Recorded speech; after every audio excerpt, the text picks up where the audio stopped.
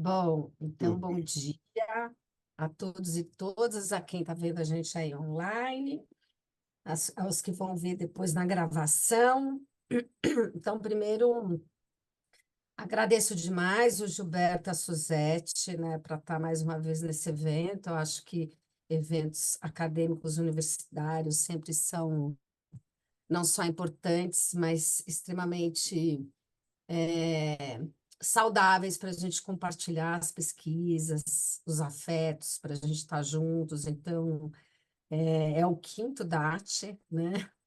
É um evento que vem crescendo, né, Gil? Isso aí ao longo dos tempos, dos anos, né, nessa quinta edição, e um evento muito importante, porque eu acho que tem a força não só de congregar teóricos, artistas, pensadores nacionais e internacionais e os alunos, né? Então, eu acho que essa maneira também desse trabalho coletivo, né, com professores, né, e os alunos torna o evento muito potente, né? E então a gente está nesse segundo dia e é uma alegria poder aqui estar na mediação, né, dessa mesa com a Ana Magalhães, que é uma pessoa, né, que enfim, tem um grande afeto, admiração pelo trabalho e que vem desenvolvendo, né, um trabalho muito importante aí relacionado à sua pesquisa no acervo do MAC-USP, tanto no campo da história da arte, né, da crítica, da curadoria, dos ciclos curatoriais, e hoje traz para a gente uma pesquisa importante aí, cujo título da palestra é Boccioni Digital, Novas Perspectivas entre Arte e Tecnologia. Eu vou fazer uma leitura muito rápida do seu currículo, né, Ana, que ele é muito grande, mas só para que o pessoal que vai assistir a gente saiba um pouco. A Ana Magalhães é historiadora da arte, professora titular, curadora e atualmente diretora do MAC-USP, né, onde vem desenvolvendo um trabalho maravilhoso nesses últimos anos, especialista em história da arte no século XX, numa abordagem transnacional do modernismo com foco nas relações Brasil-Itália.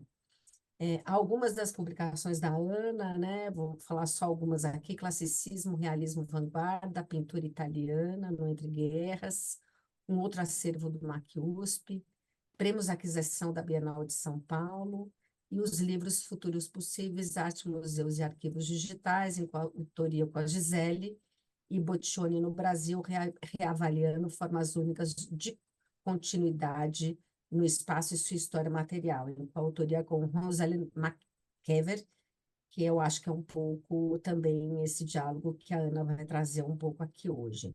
Foi coordenadora do projeto temático FAPESP, coletar, identificar, processar, difundir o ciclo curatorial e a produção de conhecimento entre 2017 e 2023, e hoje ela é pesquisadora principal do projeto temático FAPESP Linkar Acervos Digitais e Pesquisa Arte, Arquitetura, Design e Tecnologia, que é coordenado pela Gisele e que eu tenho o prazer também de participar como pesquisadora.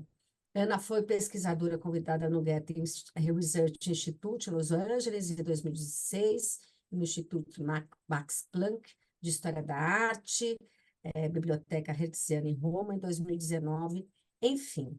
E ela vem trabalhando desde 2011, ela mantém um acordo de cooperação acadêmica sobre as relações artísticas e culturais entre Brasil e Itália com as universidades de Milão e Siena. Então, enfim, está apresentada, e boa sorte aí na sua fala. Bem-vinda, Ana. Muito Bem-vinda, bem-vinda, Obrigado. e agora é com você. Obrigada por aceitar o nosso convite. Apresentação. Bom, Priscila, muito obrigada por essa fala tão generosa, né? A recíproca é verdadeira. Eu estou aqui entre colegas muito queridos, que eu também admiro muito, respeito muito e acompanho muito de perto o trabalho, né? Eu queria agradecer, antes de mais nada, né, ao Gilberto, à Suzete, que estão aqui, a Mits, que não está, mas, enfim, que são os organizadores, né, desse quinto DAT, por estar aqui, né, pelo convite que me foi feito para estar aqui, e ter a Priscila como minha mediadora é um privilégio muito grande, né, porque nós colaboramos há muito tempo, trabalhamos muito tempo juntas e fico muito feliz de estar aqui com ela, né. Eu vou, então, compartilhar minha apresentação, deixa eu botar aqui. Bom, vamos lá. Vocês estão vendo? Tudo bem? Tá ótimo. Sim, tá ótimo, Ana. Bom, essa imagem que eu trago aqui para vocês no meu slide de abertura, né, é uma imagem que eu encontrei justamente, é uma fotografia que eu encontrei no arquivo do MAC USP, fazendo a pesquisa que eu faço, na verdade, há pelo menos 12 anos em torno dessa obra-prima, né, do Umberto Boccioni, o futurista italiano Umberto Boccioni, de 1913, Formas Únicas da Continuidade no Espaço. E vocês veem aqui justamente no centro, né, no centro esquerda da composição, em cima de um pedestal, ela de costas para a gente, né, que é o gesso original que o Boccioni apresentou, né, numa mostra solo que ele realizou em 1913, e em que ele, em Paris, né, e em que ele justamente fazia essa espécie de obra manifesto e publicava também o seu manifesto futurista da escultura, né? Isso é o primeiro registro que a gente tem da obra quando ela chegou no Brasil, né? Isso é no contexto da Quinta Bienal de São Paulo, em 1959. Ele está aqui no meio do que era uma sessão de uma mostra de tapeçaria moderna, né, feita na Quinta Bienal de São Paulo. Por que que ele foi colocado ainda resta um mistério, né? Mas a questão é que ele é uma das obras mais importantes, né, da escultura moderna, ponto, ou seja, internacionalmente essa obra é mencionada, circula, né, nos manuais de história da arte, etc., e que veio parar no Brasil, né? E eu acho que uma das questões importantes, né, para mim, até agora, foi uma pesquisa justamente sobre o porquê ela veio parar no Brasil, né? A procedência dela, etc. A outra questão que se colocava, né, na pesquisa sobre essa obra era a sua história material, né? A obra tinha um problema de conservação, ela é feita em gesso, ela é super frágil, né? E essa pesquisa da procedência dela, de por que ela veio parar no Brasil, eu não vou ter muito tempo de tratar disso aqui, acho que não é o ponto principal, né? Mas também envolvia uma pesquisa sobre a materialidade dela, né? E como nós poderíamos mantê-la, né? Documentar a conservação dela e mantê-la em bom estado, né? Para que ela não sofresse mais. Então, eu estou mostrando aqui para vocês, na verdade, a sequência desde 2012 do que a gente vem fazendo com essa obra, né? Entre 2012 e 2018, nós fizemos um conjunto de análises técnico-científicas, né, para o estudo da procedência e documentação sobre a conservação da obra.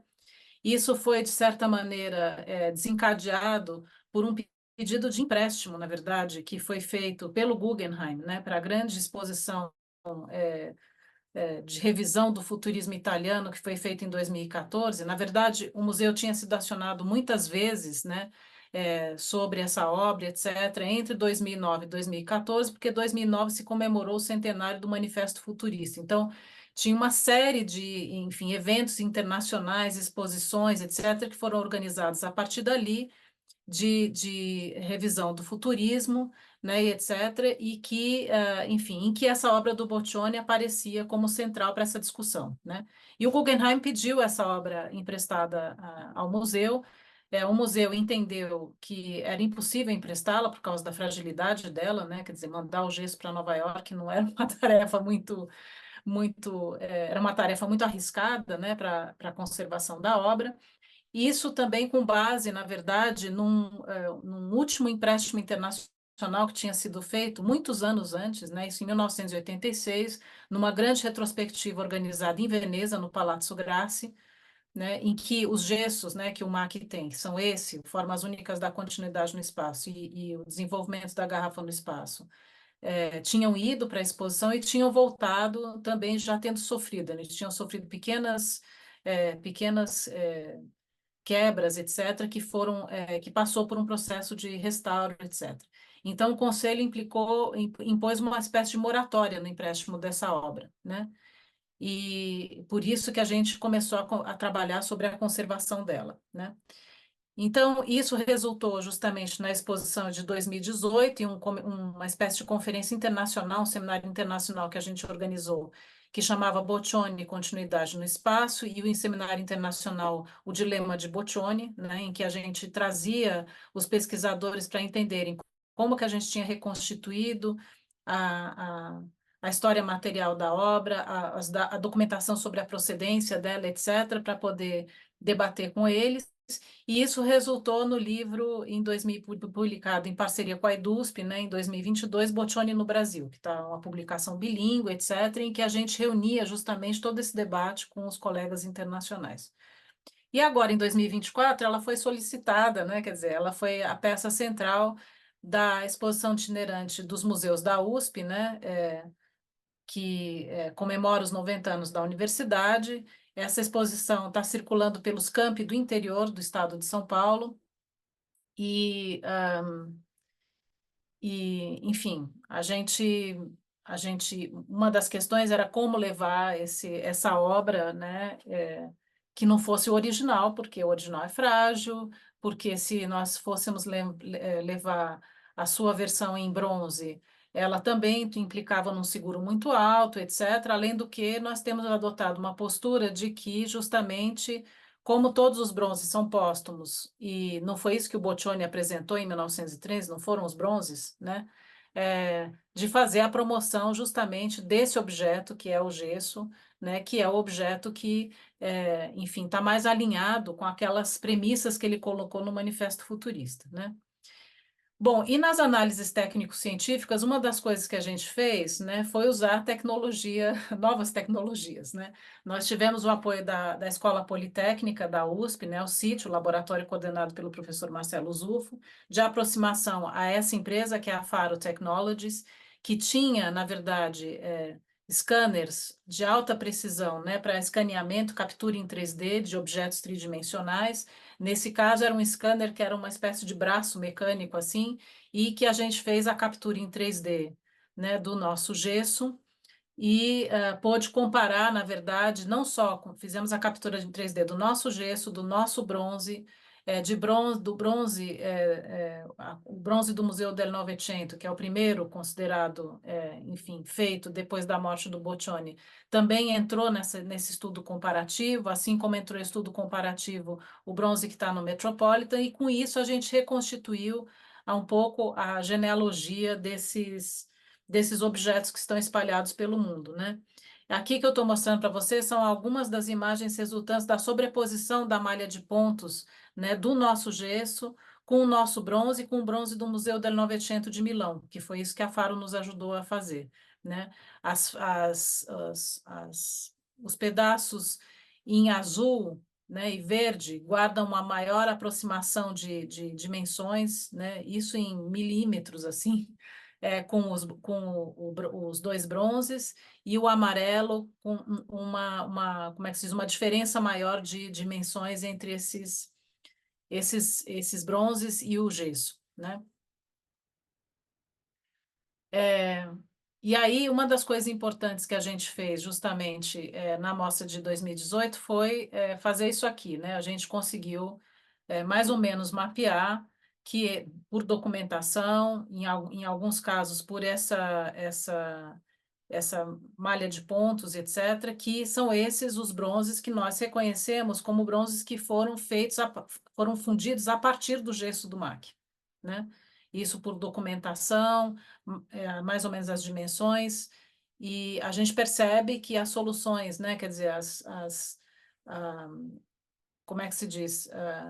As escolhas feitas, né, nesses momentos diferentes de fundição, de cor do bronze, né, pátina do bronze, mesmo da base, coisas assim, são diferentes em relação, foram tomadas decisões um pouco diferentes em relação ao original, né, e que faz com que ele tenha um outro aspecto, né, para a gente. Eu acho que o maior problema, né, justamente da divulgação desses bronzes, porque como vocês estão vendo, eles se encontram em instituições de muito prestígio lá fora, né? Entre elas o MoMA, a Hilti Foundation, não, desculpa, o MoMA, o Metropolitan, a Tate, que por acaso tem um bronze que foi fundido no Brasil, na verdade, né, por uma permuta que o MAC fez com a Tate em 1971, né? E o Museu del Novecento são museus que têm uma presença enorme no ambiente internacional, portanto, a imagem que circula da obra é do bronze póstumo, né? De um dos bronzes póstumos. Eu vou já tratar de qual deles, né? A presença é maior. Mas, de fato, quer dizer, pouco se fala sobre o gesso, e quando a gente vê os manuais de história da arte por aí afora, a gente vê muitos historiadores da arte com grande conhecimento, etc., mas falando, né? Quer dizer, analisando a obra na sua apreciação do bronze e não do gesso, né?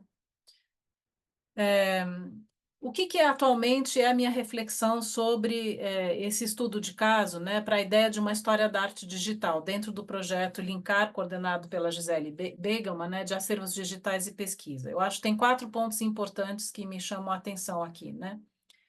Em primeiro lugar, quer dizer, o quanto a história da arte digital, de algum modo, né, ou essas tecnologias digitais podem nos ajudar, como é que se diz?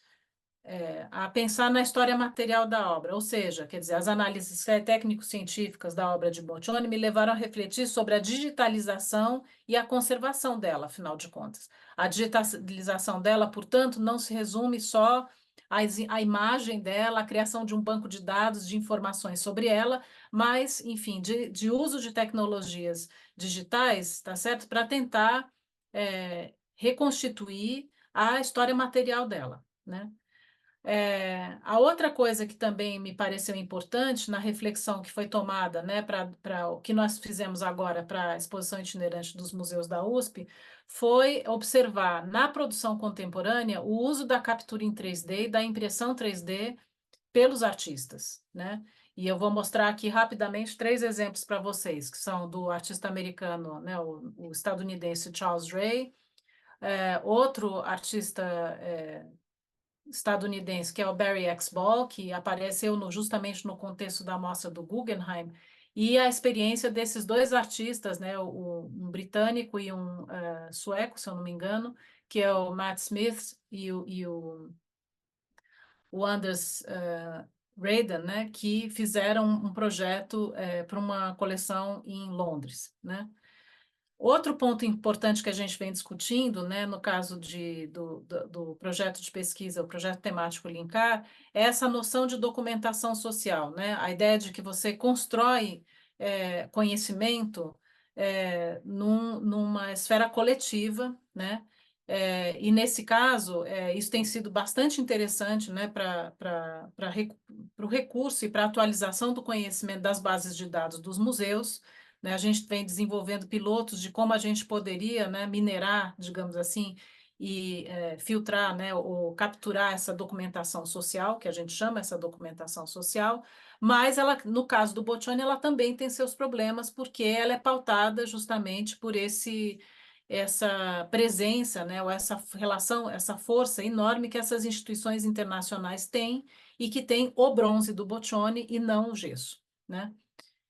E, por fim, a nossa decisão de fazer essa experiência, né? Quer dizer, de fazer uma impressão 3D do Boccioni como cópia de exibição, no caso da mostra itinerante dos museus da USP, né? E isso, quer dizer, isso veio no momento, quer dizer, para além da experiência dos artistas contemporâneos, né, com a captura em 3D e impressão digital, isso me lembrava muito, por exemplo, o discurso de um artista, né, artista e teórico como Domenico Quaranta, né, lá da Academia Brera de Milão, que no nosso simpósio lá, 12 anos atrás, Futuros Possíveis, tem um texto célebre que ele chama Salvo pela Cópia, né, e que ele fala justamente de como, na verdade, os procedimentos de digitalização, etc., né, são importantes para a salvaguarda e conservação de acervos, né? E ele tomava como exemplo, as esculturas, na verdade, da antiguidade, né? A gente conhece, por exemplo, muitas das esculturas produzidas pelos gregos através de cópias romanas, e assim ele seguia e etc. Então, dentro desse espírito, a gente começou a pensar em fazer uma experiência de impressão 3D do Boccioni, né? Para essa exposição itinerante dos museus da USP, né? Eu vou mostrar, então, aqui para vocês 3 exemplos, né, de artistas e como é que eles vêm trabalhando com essas tecnologias de captura em 3D, impressão 3D, e quais são os procedimentos que eles adotam, e isso, para mim, de certa maneira, legitima essa experimentação com a cópia de exibição que a gente tentou fazer, né? Então, aqui, isso é uma escultura célebre que está lá, né, na Punta della Dogana, de Veneza, ou seja, ela pertence à coleção do François Pinault, né, lá em Veneza, que é essa escultura do Charles Ray, né, que chama Menino com Sapo.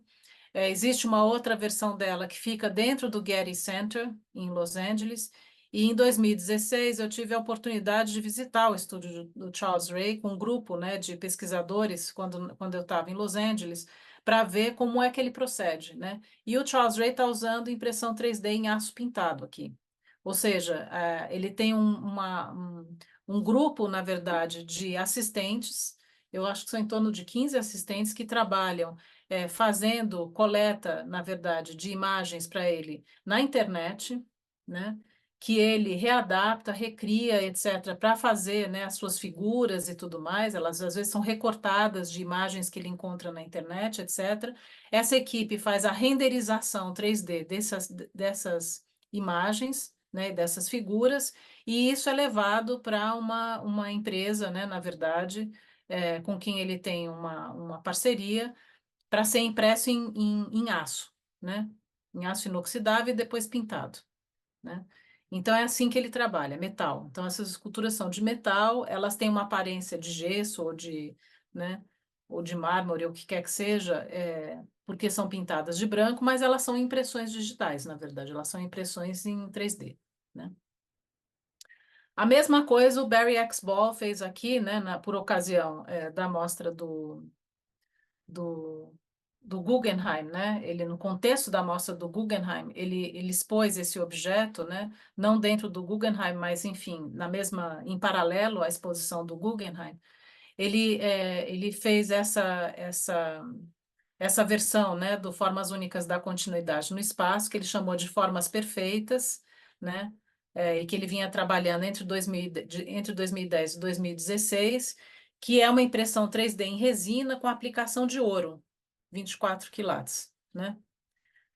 Isso é da coleção do artista de Nova York. A gente percebe que ela tem uma escala reduzida em relação à obra original do Boccioni, porque a obra do Boccioni ela é metade, na verdade, do original, praticamente, né? O original tem quase 1 metro de altura. A gente está falando aqui de uma obra que tem 53 centímetros, então ela é reduzida, né? Mas a gente percebe que, no caso do Barry X. Ball, uma coisa que eu acho que é interessante dizer é que, no momento mesmo de organização da mostra no Guggenheim de Nova York, o artista entrou em contato conosco, né? O artista entrou em contato conosco, pedia as medidas do original em gesso, né, para serem conferidas pelos documentalistas, e pedir imagens da obra. Então, esse é outro dado interessante, porque ele certamente também trabalhou a partir de fotografia, né? Ele trabalhou a partir de fotografia, renderizando fotografia, provavelmente fazendo estudo da obra que está lá no MoMA, né? Opa, desculpa, eu já volto aqui. Está lá no MoMA, já vou mostrar para vocês, para poder fazer essa versão reduzida, né, em impressão digital do Boccioni, certo? E, por fim, a dupla, né, de artistas Matt Smith e Anders Raden, lá em 2019, né, fizeram uma exposição virtual, era virtual, em parte virtual, em parte presencial, para a parte física, para a Historic Collection, que é uma coleção bem importante de futurismo italiano que existe em Londres, né, uma pequena coleção privada, mas que abriu como um espaço público em um museu. E eles convidaram essa dupla de artistas para trabalhar na reconstrução, a partir de tecnologia 3D, de obras destruídas do artista, né? Então, por exemplo, essa imagem que vocês estão vendo aqui, né, é de uma dessas figuras caminhantes, né, que o Boccioni realizou no contexto da realização de formas únicas da continuidade no espaço, que ele chegou a apresentar na mostra de 1913, mas que não existem mais, não existe mais, né? Então, o que vocês estão vendo aqui é um recorte de uma fotografia de época, né, do momento em que ele fez a exposição, em 1913, que os artistas estudam, renderizam, né, com uma malha de pontos e recriam a escultura, né? Então, elas também foram impressões 3D em resina, se eu não me engano, feitas para apresentação como uma cópia de exibição. Então, com isso, eles davam a ver, digamos assim, justamente a impressão, né, ou assim, o que era o impacto dessas obras se elas existissem hoje, né? Eles fizeram a reconstrução, se eu não me engano, de 2 ou 3 peças do Boccioni nessa direção, né, como um projeto artístico. Bom, isso era um ponto importante para mim. Quer dizer, existe uma prática artística contemporânea, assim como existe um debate contemporâneo sobre o uso de tecnologias 3D para cópia de exibição, né? De obras modernistas ou obras enfim, que não existem mais. E isso criou para mim um campo, né, exploratório para poder pensar numa cópia de exibição do Boccioni em 3D, né? Por fim, eu acho que outro ponto importante, né, é justamente essa imagem do bronze, né? Se a gente pensa do ponto de vista da documentação social da obra, essa imagem que os bronzes póstumos têm, né, no imaginário contemporâneo, no imaginário do sistema da arte, como a obra do Boccioni, né, como a obra que ele expôs em 1913. E eu estou mostrando aqui para vocês de novo, né, a imagem, né, a obra que o Barry Exball fez, né, e a fundição póstuma de formas únicas da continuidade no espaço, que está lá no acervo do MoMA, que foi da onde ele provavelmente estudou para resolver que esse Boccioni seria esse dourado brilhante, etc., né? Essa imagem do MoMA, do bronze póstumo do MoMA, né, é uma imagem que a gente vai encontrar, né, justamente se a gente fizer uma busca pelo Google, né, com os termos Boccioni Unique Forms of Continuity in Space, em inglês, né, que é a língua mais universal de todas, 1913, que é a data original do gesso, o que vai aparecer para nós é, sobretudo, um conjunto de bronzes, né? Eu estou apontando aqui com a flechinha azul a única imagem que aparece do gesso original, que é a fotografia histórica de No 1913. meio. E só para vocês terem uma ideia do poder, da força das instituições, quer dizer, aqui em cima a gente vê o Metropolitan, a Tate, o MoMA. A imagem do MoMA aparece 4 vezes nessa tela, gente, né? Então, quer dizer, de fato, nós temos uma questão. Uma vez que a gente impõe uma moratória de empréstimo do gesso, porque ele é frágil, né? A imagem do bronze é o que continua a circular. E esse é um problema, né, justamente de poder fazer com que as pessoas entendam a dimensão histórica, né, historicizar a trajetória dessa obra, a narrativa sobre essa obra, né? E, claro, se a gente vê os dois objetos um ao lado do outro, a gente percebe que eles têm muitas diferenças. Não do ponto de vista da superfície, nada, porque um é o xerox fotocópia do outro, mas a materialidade da obra imprime uma dimensão diferente para ela, né? Quer dizer, a gente tem a ideia, né, com esse bronze do MoMA, de uma espécie de robô que caminha, ao passo que quando a gente vê a obra em gesso, ela tem uma dimensão, eu diria, talvez muito mais lírica do que o bronze, né? Bom, e para piorar a situação, esse primeira flechinha que vocês veem aqui à esquerda, né, que é justamente o bronze do MoMA, no verbete que foi criado pela Wikipédia sobre essa obra do Boccioni e que aparece assim, né? A gente tem vários erros nessa tela, né? Embora ele diga justamente que a obra foi feita em gesso originalmente, datado de 1913, que a localização disso é a Universidade de São Paulo, né? Que está aqui embaixo, né? O azul é a localização do original de gesso na Universidade de São Paulo. O ano sempre dado como 1913, e eu me lembro da minha colega Rosalind McKeever, né, com quem eu publiquei o livro, brigando com o Metropolitan para que a datação do bronze do Metropolitan aparecesse 1913/1950, porque o bronze foi feito só em 1950, né, etc. Aqui a gente tem essa distorção, porque, de novo, embora ele fale o tempo todo, né, da importância do gesso, etc., ele mostra a imagem da versão póstuma em bronze do MoMA, né? E confunde, né? Porque na ficha técnica ele está dizendo o artista é o Boccioni, o ano é 1913 e o tipo de material é bronze, embora ele dê as dimensões e a localização do MAC USP, né? E remeta a imagem ao MoMA, ou seja, ele cria uma confusão para o consulente, né? Obviamente. E mais uma vez, ele ressalta, ele reforça a imagem do bronze, apesar dele falar do gesso, né? Bom, diante disso, né, nos parecia mais do que importante a gente tentar buscar uma solução de modo a poder a gente fazer circular a imagem do gesso, né, e reconstituir essa história material da obra sem colocá-lo sob risco, ou seja, sem ter que fazer circular o original, né, mas poder dar a impressão do original para o visitante, né. E foi isso que a gente fez com a exposição itinerante dos museus da USP, que comemora os 90 anos da universidade. Então, aqui eu estou mostrando para vocês 3 imagens, né? O gesso original fotografado em 1913, o gesso original tal como ele está agora, né? Que foi fotografado em 2018 por ocasião da exposição que nós realizamos, mas que ele, enfim, ele se encontra neste estado de conservação. E aqui à direita, né, a cópia de exibição que nós fizemos, nós realizamos com o auxílio da equipe, né, e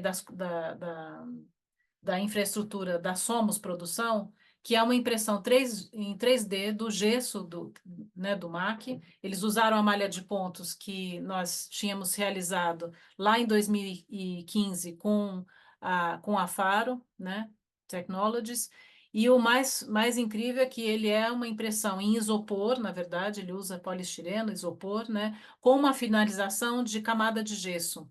Então, ele de fato ele está muito próximo da impressão do gesso original, com uma vantagem, né? Ele recupera a cor do objeto, porque quando esse gesso foi apresentado pelo Boccioni em 1913, vocês têm que imaginar que o gesso para ele era uma coisa perfeitamente branca, branca, branca, branca.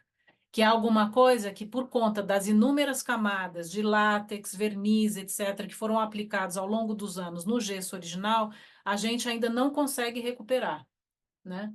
Essas diferentes compostos de tintas que foram aplicadas, inclusive por conta dos processos de fundição, fazem com que algumas desses compostos se misturem, né? Eles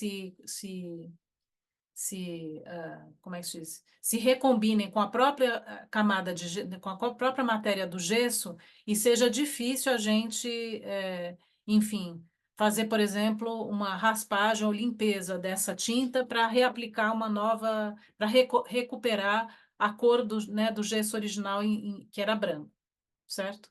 Então, para nós esse foi um experimento muito importante de fazer, de entender se nós podemos, né, trabalhar nessa direção, né, de pensar que uma obra do século XX pode ter uma cópia de exibição nesse sentido, né?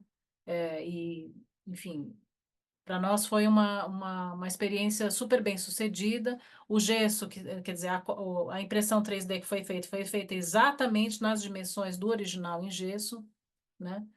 E tem sido assim uma experiência bem interessante de ver como é que ele está sendo recepcionado, etc. E poder fazer circular, enfim, aquilo que para o manifesto futurista da escultura, né, do Boccioni, era para ele a obra manifesto, né? Eu acho que para nós foi bastante importante reconstituir isso. A nossa tentativa agora é, de fato, enfim, poder criar mecanismos de publicação sobre essa experiência para dividir, compartilhar isso com o ambiente internacional, né? Bom, se vocês quiserem mais informações, né, sobre toda essa experiência que nós tivemos com o Boccioni até agora, então aqui, né, tá a capa do livro que eu editei com a Rosalind McKeever, né, e vocês encontram justamente mais informações nos links aí, né, não só dos dois projetos temáticos, o ciclo curatorial e o acervos digitais, mas também na exposição dos 90 anos da USP. Eu acho que era isso. Obrigada.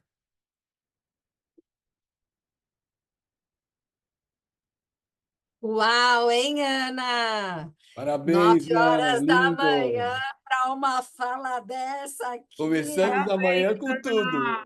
Ana, obrigada! Que Muito bom. pesquisa! Ana, olha, é incrível, conheci um pouco, mas poder ouvir falar, você falar sobre essa pesquisa é um privilégio, né? Uma pesquisa que você aí está encabeçando, mas para a importância também do MAC, né? Eu queria te fazer algumas perguntas, a gente tem um tempinho também, abrir aí para os colegas que estão aí nos ouvindo, mas alguns pontos que eu acho que são muito importantes na sua pesquisa e nesse trabalho que você traz aqui para a gente. Primeiro, essa questão que você nomeia como história da arte digital, né? Ou a história material da obra de arte. Pensando um pouco nas discussões da história da arte, né? A gente sabe, você como uma grande historiadora, que a historicidade, né, das obras de artes, elas vem mudando, né? E você traz aqui um novo olhar em relação à maneira da gente pensar a história da arte, que vai para além das discussões de estilo, se a gente pegar um Vasari, as discussões, né, dos períodos estilísticos, ou as discussões hoje em dia do decolonial, enfim, tem uma série de discussões e debates onde a narrativa tradicional ou hegemônica da história da arte vem sendo colocada em debate, que a gente poderia chamar crise da história da arte ou das historicidades. E você traz aqui uma forma, né, de pensar a história da arte à luz das discussões da materialidade da obra, né, ou do que você vem chamando de história da arte digital. Então, essa é uma primeira questão que eu gostaria de te ouvir um pouco mais, ampliando essa discussão da história da arte, à luz, obviamente, do seu estudo de caso. Uma outra questão é o uso das tecnologias, né? Quer dizer, obviamente, esse uso ele é um uso contemporâneo, né? Você não poderia ter esse uso há tempos atrás, né? Então, uma outra pergunta, né? De que maneira, né, o uso das novas tecnologias, nesse caso específico aí do 3D, podem contribuir, tá, para novas reescrituras da história da arte, né? Então, essa é uma outra que você traz aqui, mas eu gostaria que você enfatizasse, né? E uma outra questão que também é genial, pensando um pouco em narrativas da história da arte, lugares de fala, né?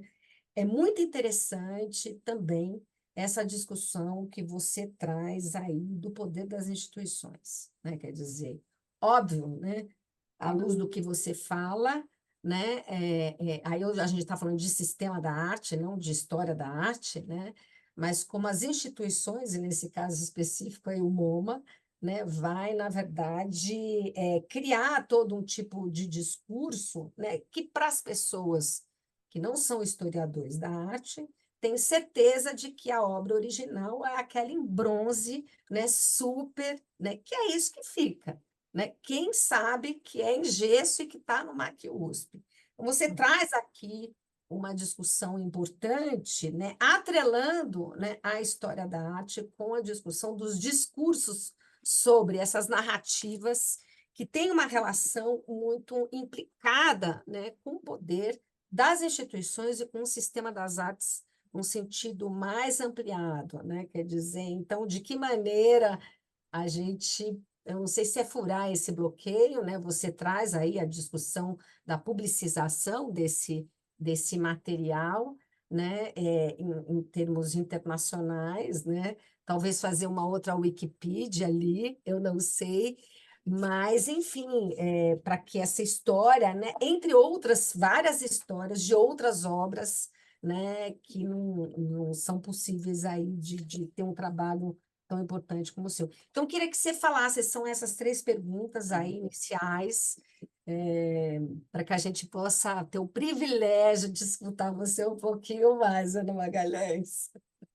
Olha, Priscila, obrigada por essas perguntas, porque eu acho que elas me ajudam também a pensar, né, o que eu estou desenvolvendo. Quer dizer, eu vou começar Claro. pela última, né, essa questão do poder das instituições, porque isso é uma coisa que a gente vem discutindo, né, no projeto Linkar, né, de como também, enfim, abrir e discutir, né, essa relação de forças entre as instituições, né, a gente está usando hoje muito essa ideia de uma história da arte global, mas que história da arte global é essa em que uma instituição no Brasil não, né, na verdade, acaba não tendo a mesma presença ou que o ambiente internacional recupere, né, essas obras que estão aqui perdidas, porque veja, no caso do Boccioni é muito interessante, né, se a gente pensa nessas perspectivas decoloniais, né, eu estou evitando usar isso aqui porque eu posso me complicar muito, né, mas assim, vamos usar decolonial, né, nessas perspectivas decoloniais.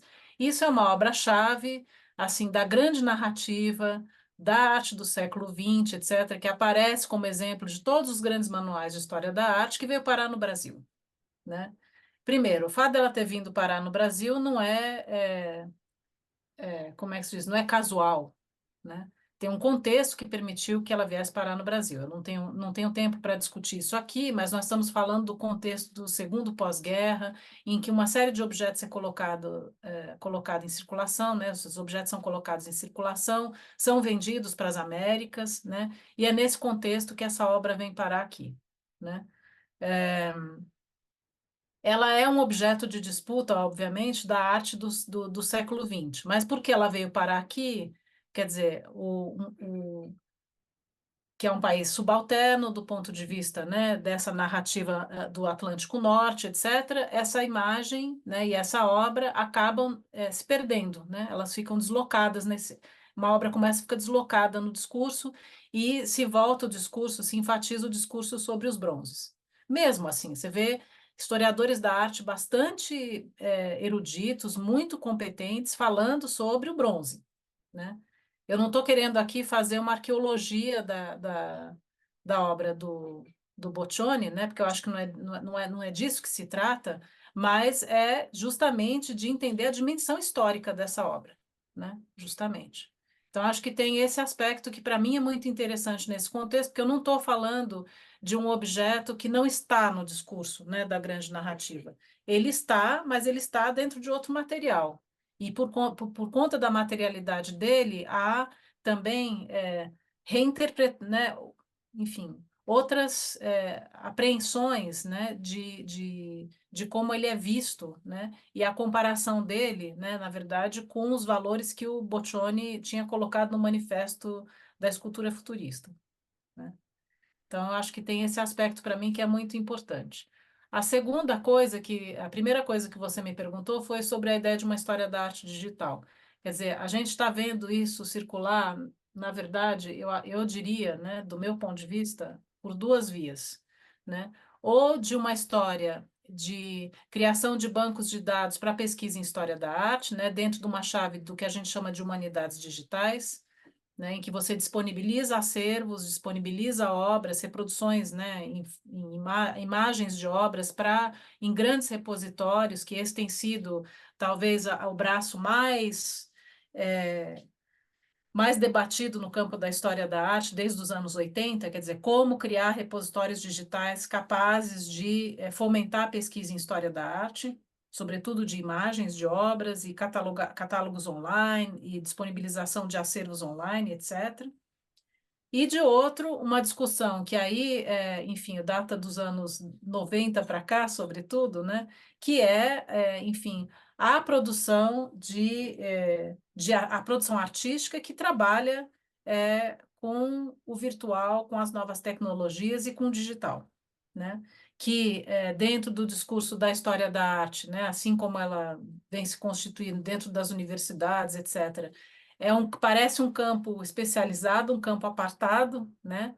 Existe mas que alguns historiadores da arte tomaram para si, né? Aqui no caso do Brasil, aproveito para saudar a Nara, que há muitos anos fala disso, né? Eu me lembro dela fazendo as primeiras apresentações, por exemplo, no caso do Brasil, né? No Comitê Brasileiro de História da Arte, era quase um ET, eu devo dizer, não é, Nara? Era uma coisa difícil de ser assumida pelos colegas, era como se aquilo não pertencesse ao discurso da arte, né? Então, eu acho que isso também está mudando. Existe hoje uma aproximação maior entre essa história da arte consolidada, tradicional como disciplina acadêmica, né, nas universidades do mundo inteiro, e o campo da produção artística que trabalha com o digital, né, cada vez mais. Mas isso é uma história mais recente, eu diria, né? O que eu estou propondo aqui é ainda uma outra chave, né? Que enfim, a tecnologia digital a serviço da documentação e conservação de obras de arte, né? Que é uma outra dimensão, e daí naquilo que você falou, por exemplo, no que aquilo pode nos ajudar enfim, a debater, problematizar, discutir, né, objetos, né, as obras de arte, eu acho que vem no sentido justamente e de uma história material da obra, né? Vem no sentido de entender, quer dizer, em que medida a materialidade de uma obra, enfim, se impõe ou, como é que se diz? Tem um papel importante na interpretação da obra, que eu acho que nesse o caso do Boccioni é particularmente interessante, né? Porque ele estava fazendo, quer dizer, realizando em escultura aquilo que para ele eram as premissas do seu debate teórico sobre a escultura, né? Então, a materialidade para ele não é uma coisa aleatória, né? Ele não escolhe qualquer materialidade, ele escolhe trabalhar com gesso, porque o gesso dá uma solução para ele que permite com que ele, enfim, discuta determinados parâmetros que estavam colocados pela escultura naquele momento e que ele não queria para criar uma escultura moderna, né? Com um detalhe, né? Ele ainda coloca outro problema para a gente, porque é lógico que ele sabe que o gesso, né? O gesso que ele faz é um gesso que é um molde para fundição e para réplica. É lógico que ele sabe disso, né? Embora ele não fosse um escultor, ele está trabalhando com um mestre escultor, né? Que trabalha dentro de um ateliê de fundição. Portanto, ele tá problematizando esse objeto nesse sentido, né? Ele está entendendo a reprodutibilidade da obra. Quando ele fotografa a obra, ele entende a reprodutibilidade da obra, e entende em que dimensão se coloca o debate sobre a escultura moderna, né? E é tudo isso que eu acho que a gente tem que considerar, né? Portanto, quer dizer, eu não estou aqui, eu não pretendo que esse é o problema, eu acho, das grandes instituições, né? Quer dizer, na minha experiência com as grandes instituições, quando a gente se aproxima de um debate dessa natureza, elas se sentem ameaçadas por não terem um objeto autêntico, né? Uhum. Mas, enfim, não é uma questão do objeto autêntico, né? Não é essa a questão que está colocada, né? Para o Boccioni como artista, antes de mais nada, naquele contexto, né? Nos escritos dele, Mas nem para a instituição, sim, né, Ana? mas para a instituição, Esse é o sim, porque ponto, ela né? tem que trabalhar. Então, quer dizer, voltando à última É questão que você muito legal. me colocou, né? Quer dizer, as instituições continuam a reproduzir a ideia, né, da obra de arte única feita pelo gênio criativo, etc., que são, na Exatamente. verdade, valores já superados por um debate dentro da disciplina de História da Arte. Essa que é a verdade, né? E nós, como um museu universitário, não trabalhamos nessa chave, a gente trabalha noutra direção, a gente trabalha na direção de problematização, da crítica, da revisão crítica, né? E da pesquisa. Então, acho Ô, que é isso. Ana, é muito legal você ter feito esses 3 pontos em relação à história da arte, né? E a maneira como você está entendendo, né? principalmente em relação a essa pesquisa, uma curiosidade aí, né? Quando vocês recebem, né, a demanda de expor o Boccioni, você manda o gesso feito, né, a partir do 3D, ou você manda a malha de pontos? Olha, A nós malha não... de... Essa é uma brincadeira, mas eu queria saber mesmo. O que você manda, a malha de pontos ou você manda o gesso feito em cima da malha de pontos? Olha, eu gostaria de poder discutir um empréstimo internacional em que se pedisse a malha de pontos. Eu acho que a lógica, do meu ponto de vista, para mim, a lógica seria o museu, enfim, de compartilhar a malha de pontos Uhum. e controlar com a instituição, né, como é que é feita a impressão 3D. É isso, É né? isso. Esse é meu raciocínio. Agora, eu não acho que esse seja o raciocínio de todas as instituições. Só para vocês entenderem, recentemente, nós tivemos um pedido de empréstimo de uma instituição na Itália, né? Eles nem falaram no gesso, eles pediram o bronze. Nossa, que desconhecimento. Eles pediram bronze, o que para nós foi muito estranho, inclusive porque eles dispõem de um bronze na Itália, né? Que é o do Museu del Novecento, mas eles, enfim, pediram o bronze, né? Nós não temos, né? Quando o Conselho do Museu aprova né, ou avalia um empréstimo como esse, ele não vai interferir, né, no conceito curatorial, porque o direcionamento é claro, né? Mas o museu pede, né, nessa situação, o museu pede que seja feito um verbete explicativo do que é o bronze do MAC, né? E que o original em gesso também pertence à coleção do museu, etc. e tal, né? Então, a gente tem procurado trabalhar assim. Entendi. Mas eu imagino que se houvesse interesse de algum museu estrangeiro de hoje ter expor o gesso, nós encaminharíamos, quer dizer, pelo menos eu como pesquisador entendo que o caminho seria fazer a cópia de exibição, né? Olha isso. Muito bom. Eu vou abrir, não sei se Nara, que está aí com o vídeo aberto, Eu o queria fazer Gilberto, a uma gente tem mais 5 minutinhos só, rapidinho, antes da então. gente, rapidinho, só para abrir aí para alguém, se tiver alguma pergunta, para a gente poder abrir a próxima mesa. Eu quero também. Eu queria que a Ana continuasse mais. Adorei a fala, foi super bacana. Adorei. Então, mas eu tenho uma tipo pergunta, é mais uma dúvida, ela é rapidinho também. Quando você mostrou o site da peça, lá no Wikipedia, eu fiquei pensando, porque essa, digamos, enciclopédia Wikipedia é uma enciclopédia aberta que a gente pode intervir, vocês podem intervir. Então, a pergunta é, por que não fazer uma certa provocação de ir lá, por exemplo, quando você falou, né, de 1913, aquela foto que é falsa, é 1913/1950, né, que é Uhum. o bronze apresentado pelo mundo. Por que não intervir ali? Colocar barra 1950 e naquele próprio verbete sobre a obra e colocar, digamos, esclarecimento e colocar o seu livro também.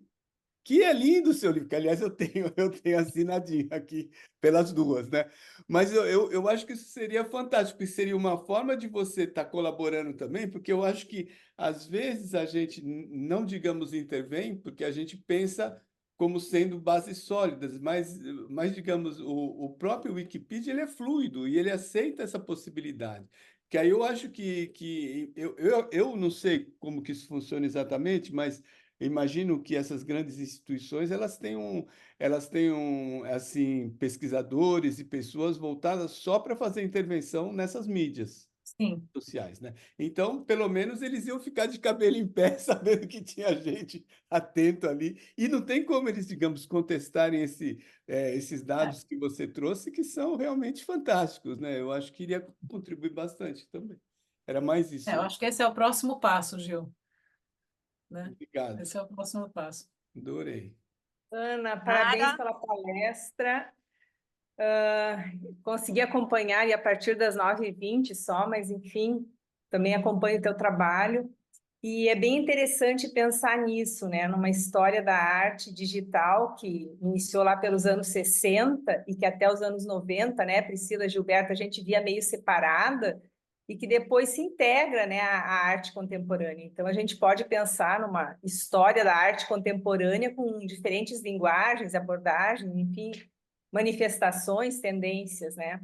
Eu acho que esse é um ponto. E o outro ponto, sim, é esse que você comentou, né, dentro da história da arte, de pensar numa documentação, né, tanto para historiadores, que aí é uma documentação digital, e até mesmo da catalogação, que é o que a gente faz, as exposições online.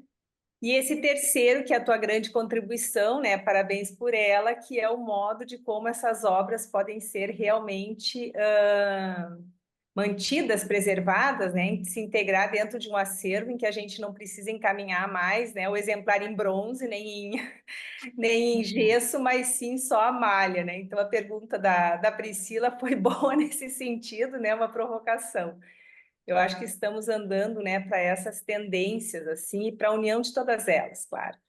Então, muito bom É te escutar porque, sempre. né, acho que você toca aí para finalizar também, eu acho que a Ana não é o foco aqui, né, quando você faz um pouco a partir da pergunta que eu fiz sobre a questão da história da arte, né, Ana, e você traz essas três não possibilidades, né, mas caminhos, né, que é a questão dos criação dos bancos de dados que são grandes repositórios, né, dentro da perspectiva das humanidades digitais para pesquisa, que não são obras especificamente de arte digital, mas depois a questão da arte digital e o uso das tecnologias digitais em obras canônicas, modernistas, como no caso aí do Bottioni, é uma maneira, né, também de você integrar todas essas discussões para uma história da arte, no caso da arte digital, que sempre foi vista como um ET, né?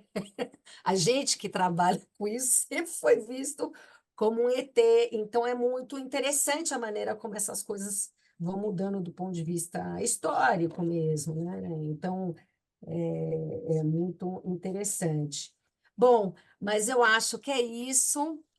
Fica aí, né, para uma outra mesa. Eu acho que você traz também uma questão da conservação, né, Ana, que seria Uhum. uma outra discussão aqui que você passa, né? Você fala para a gente pensar numa outra mesa da conservação das produções em arte digital que a gente vem trabalhando dentro do escopo lá do nosso projeto Linkar, né? Que aí a gente está trabalhando com um projeto do Gilberto e da Gisele. Mas isso já é motivo para outra mesa, né? Então, eu gostaria, 10 em ponto, Gilberto Prado, de finalizar essa mesa maravilhosa com você, Ana. Muito obrigada, um privilégio Super poder te obrigado. ouvir, né? E poder aí acompanhar a sua pesquisa. Muitíssimo obrigado, Gilberto, Suzete, pelo convite de estar abrindo o dia de hoje. Parabéns aí Obrigado a a vocês. todos. Obrigado, Ana. Muito Obrigado, obrigada. Priscila. Obrigado a todos. Foi lindo. Obrigada, Obrigado. obrigada. Bom,